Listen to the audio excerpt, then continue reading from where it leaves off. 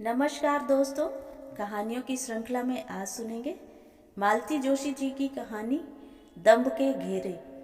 लेकिन उससे पहले मेरा आपसे विनम्र अनुरोध है कि अगर आपको मेरी कहानियाँ अच्छी लगती हैं तो मेरे चैनल को सब्सक्राइब ज़रूर करें, लाइक करें और अपने दोस्तों और परिचितों में शेयर भी करें। बेल आइकन दबाना बिल्कुल भी ना भूलें। आज सुनिए दंभ के घेरे। शनिवार की दोपहर बैंक की जल्दी छुट्टी हो जाती है, पर ये अक्सर रोज की तरह 5:30 बजे ही घर पहुंचते हैं। शहर में रहने वाली दीदी के यहाँ जाने के लिए शनिवार ही सूट करता है। यूँ हम लोग सपरिवार भी अक्सर हो आते हैं, फिर भी शनिवार का नियम कभी नहीं टूटता। इस साप्ताहिक भेंट के मूल में भाई बहन का प्यार तो है ही, पर उस बहाने दीदी के सुख दुख की जरूरतों की पूछ परख भी हो जाती है। यद्यपि मुझसे कुछ भी छिपा नहीं रहता, फिर भी ये सोचते हैं कई बातें ऐसी हैं जो शायद दीदी मेरे सामने कह नहीं पाएंगी। मैं उनके इस भ्रम को बनाए हुए हूँ, पर उस दिन पता नहीं क्या हुआ, वहाँ से लौटते ही मुझ पर बरस पड़े। हर जगह अपनी अक्लमंदी का सबूत क्यों दे आती हो? क्या हुआ? अपमान से आहत होते हुए मैंने पूछा। होना क्या है? वहाँ दीदी के यहाँ महेश का जिक्र चलाने की क्या जरूरत थी? मान लो जिक्र किया भी तो कौन सी ऐसी कयामत आ गई? पता है दीदी कितना रो रही थी। बोली कुसुम के लड़की नहीं है, इसी से इतनी ऐठी रहती है, जो मुंह में आया बेछूट कह डालती है। ऐसी मैंने कोई गाली गलौज तो की नहीं है जो इतना हंगामा बरपा जा रहा है। पता है दीदी उस दिन खूब रो रही थी। बोली दोनों लड़कियों की शादी में हम कंगाल हो गए, अब ये दो और छाती पर बैठी हैं।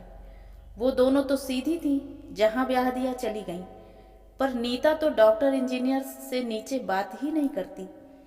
झोला भर रुपए हूँ तब कहीं डॉक्टर वर जुटता है, पर लड़की समझे तब ना।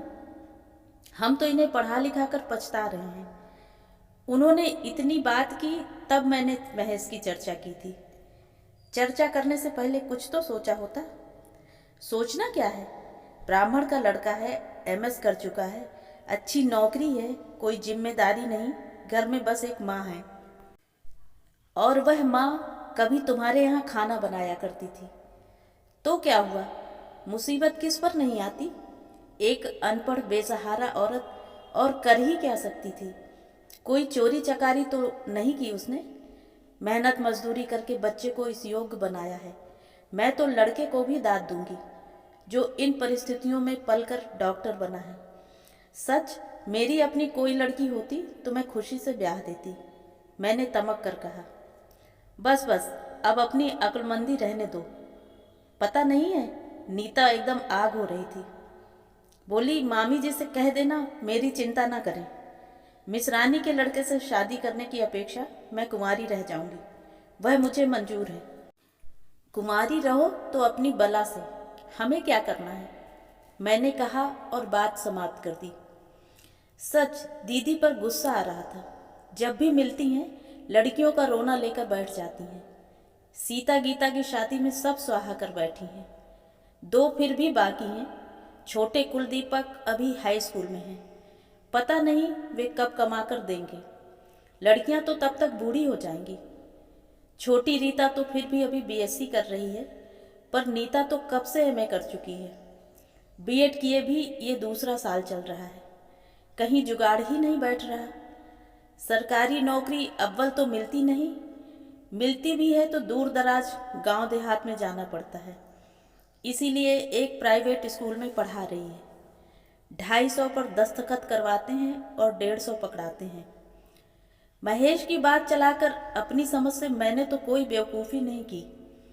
उसकी माँ मेरे यहाँ कुछ दिनों तक खाना बनाया करती थी, यह सच है, पर इससे लड़के की गुणवत्ता में तो कोई फर्क नहीं आता। और माँ बेचारी करती भी क्या? पति की मृत्यु के बाद जेठ देवरों ने मिलकर जायदाद हड़प ली और झाड़ू मारकर घर से निकाल दिया। पीहर में वैसे ही हालत खस्ता थी। विधवा ननंद और भांजे को देखकर भाभियों के तेवर ही बदल गए। काकी लेकिन हिम्मत वाली थी।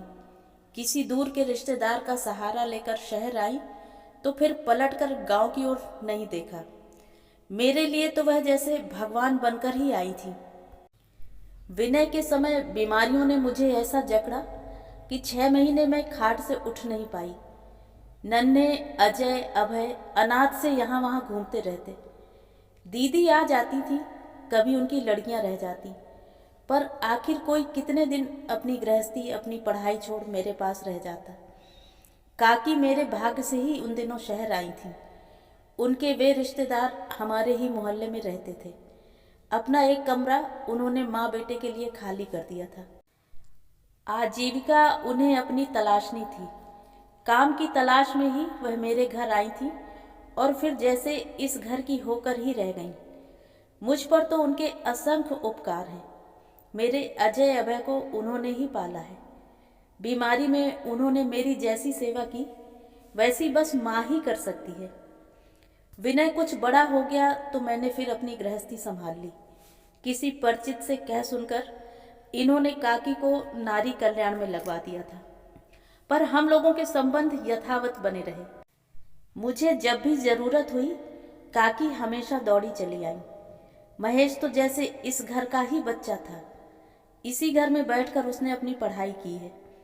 उससे कुछ ऐसी ममता हो गई थी कि उसकी फीस, पुस्तकें और कभी कभार कपड़े भी यहीं से जाते थे। वैसे लड़का जहीन था, हमेशा स्कॉलरशिप पाता रहा। फिर भी काकी हमेशा हमारे ऋण को कबूलती हैं। जब भी कोई बच्चे की तारीफ करेगा तो यही कहेंगी, भैया मैंने तो जन्म भर दिया है। असली माँ बाप तो यही हैं। अब तो महेश की नौकरी लग गई है। 4-5 साल से काकी घर में बैठकर भगवत भजन कर रही हैं। फिर भी कहीं से रिश्ते की बात आती है तो भागी भागी मेरे पास आती हैं। दुल्हन तुम ही जरा ठीक से देख दाख दो, मैं गंवार क्या जानूं। मैं कहती हूँ महेश से पूछो ना, आखिर शादी तो उसे ही करनी है। महेश से बात करने पर वह कहता, भाभी मेरी तो बस एक ही शर्त है, तुम जिसे कहोगी ब्याह लूँगा, बस वह मेरी माँ का अनादर ना करे। इससे अधिक मुझे कुछ नहीं चाहिए। मुझे विश्वास था कि वह मेरी बात नहीं टालेगा, इसीलिए हिम्मत करके उस दिन दीदी के यहाँ बात चलाई थी, पर सब उलट पलट हो गया। मेरी ही जान सांसत में पड़ गई। मन इतना खट्टा हो गया था कि अगले कई दिनों तक, बल्कि महीनों तक मैंने दीदी के घर में पाँव नहीं दिया। ये बदस्तूर जाते रहे। इन्होंने ही आकर एक दिन खबर दी, नीता की शादी तय हो गई है। अच्छा, कहाँ हुई है? यहीं भोपाल में। लड़का क्या करता है? बल्लभ भवन में है। वहाँ क्या है? बाबू है। ये बेवजह चिढ़ गए। उसके सपने तो बड़े ऊंचे हुआ करते थे। मैंने चिकोटी ली। ऊंचे सपने कौन नहीं देखता। ये बिना बात मुझ पर बरस पड़े, पर उन सपनों की कीमत चुकाने लायक पैसे भी तो हों जेब में। समझती कुछ हो नहीं, बस शुरू हो जाती हो। फिर एक बार हाथ जुटाने का चक्कर शुरू हो गया। 5 बहनों में अकेले भाई हैं ये। 1 साल भी खाली नहीं जाता, कहीं ना कहीं जाना ही पड़ता है।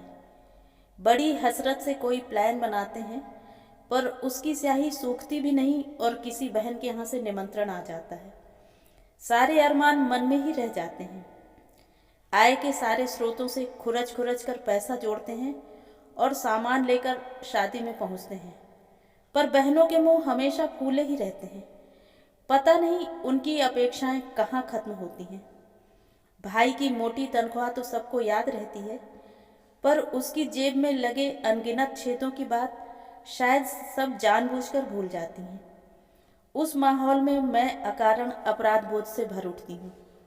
विनय तो अभी छोटा है, पर अजय अभय तो इस सालाना प्रोग्राम से इतने ऊब चुके हैं कि उन्होंने साथ जाना ही छोड़ दिया है। बड़ी दीदी के यहाँ कोई शादी होती है तो परेशानी और भी बढ़ जाती है। भात तो खैर देना ही पड़ता है, पर शहर का मामला होने से दूसरे 100 खर्च चुपचाप लग जाते हैं। आधे मेहमान यहीं रुकते हैं। बहनें शादी के बहाने आती हैं, पर मेहमानदारी भाई के यहाँ होती है। काम के लिए सुबह शाम चक्कर लगाना पड़ता है तो पेट्रोल का खर्च दुगना हो जाता है। हम लोगों ने एक रविवार का सदुपयोग किया और 1,500-2,000 फूंक कर सामान ले आए। अभी उनके रैपर्स खुले भी नहीं थे कि दीपक साइकिल पर भागा भागा आया और बोला, अम्मा ने कहा है हम लोग डाइनिंग टेबल नहीं ले पाए हैं, आप लोग और कुछ ना दें, बस वही भर दें। इतनी कोफ्त हुई, यह वक्त है कहलाने का। रोज सुबह शाम चक्कर लग रहे हैं। कल तो कहकर आए थे कि रविवार को शॉपिंग करनी है, तब कह देती तो क्या बिगड़ जाता। अब क्या क्या लौटाते हम।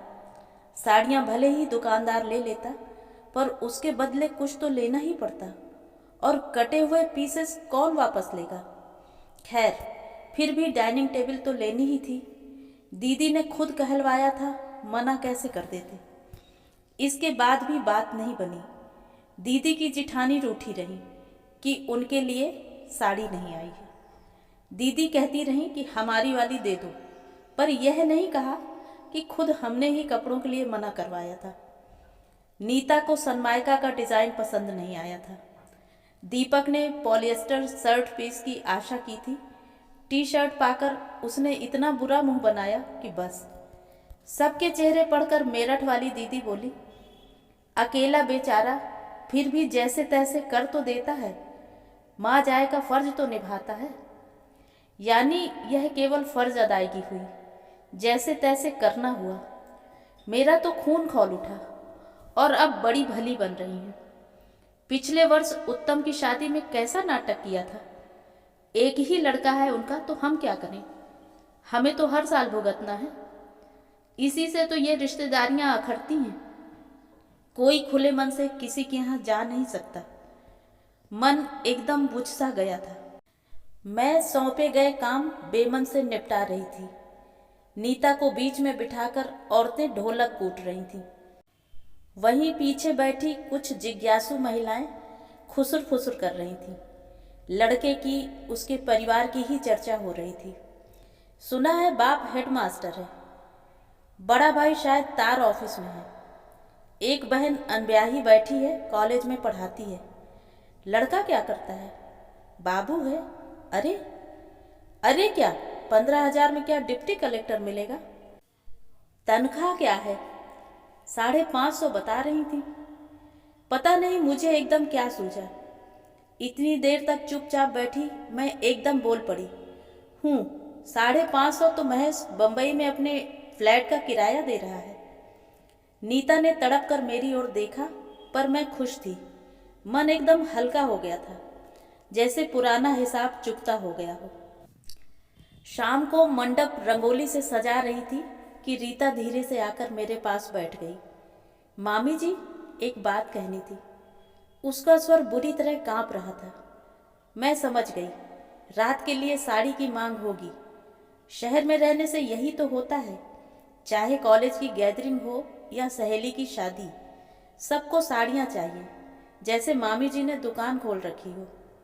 मैं समझ तो गई थी, फिर भी अनजान बनते हुए मैंने पूछा, कहो क्या बात है? आप किसी से कहेंगी तो नहीं? नहीं। फिर भी वह चुप रही और जमीन पर काल्पनिक अल्पना बनाती रही।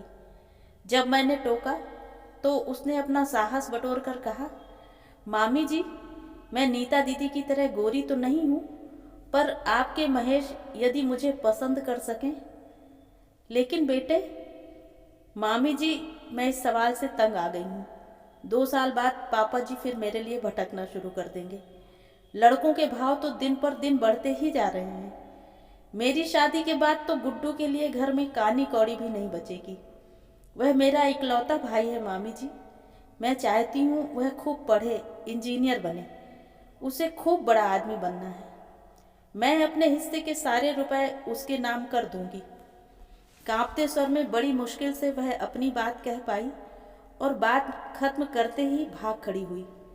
शायद इतनी बड़ी बात कहने के बाद उसे वहां बैठना अच्छा नहीं लगा होगा, पर वह कुछ देर रुकती, मुझे कुछ कहने का मौका देती तो मैं कहती, रीता, तूने बहुत देर कर दी बेटे, यह हिम्मत थोड़ा पहले जुटा लेती तो। महेश की पिछले हफ्ते ही सगाई हो चुकी है। इतना लायक लड़का मुफ्त में मिलने लगे तो कोई छोड़ेगा भला?